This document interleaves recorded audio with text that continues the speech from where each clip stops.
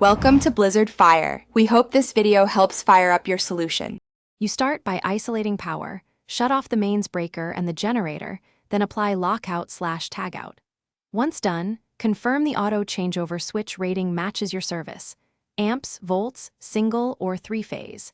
Next, mount the ATS in the designated panel space and secure it.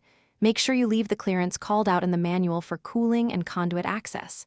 Now that it's physically installed, gather insulated tools and test equipment so you can begin wiring with safety and accuracy. You'll now wire the power paths.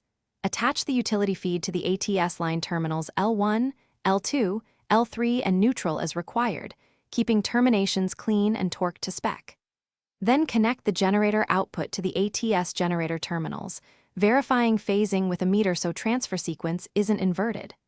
Once power lines are secure, run the control wiring, start/stop signals, inhibition interlocks, and status indicators, observing polarity and shielding.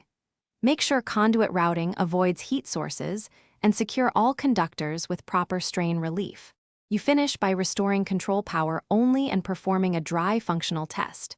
Exercise manual transfer, then auto transfer to generator and back to utility, confirming indicators and timer settings.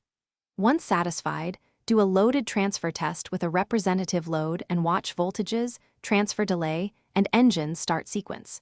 Make sure the ATS returns correctly to utility.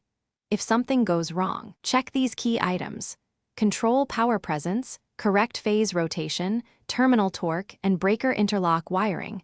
These are the most common culprits. Thanks for watching. If you found this helpful, don't forget to like and subscribe.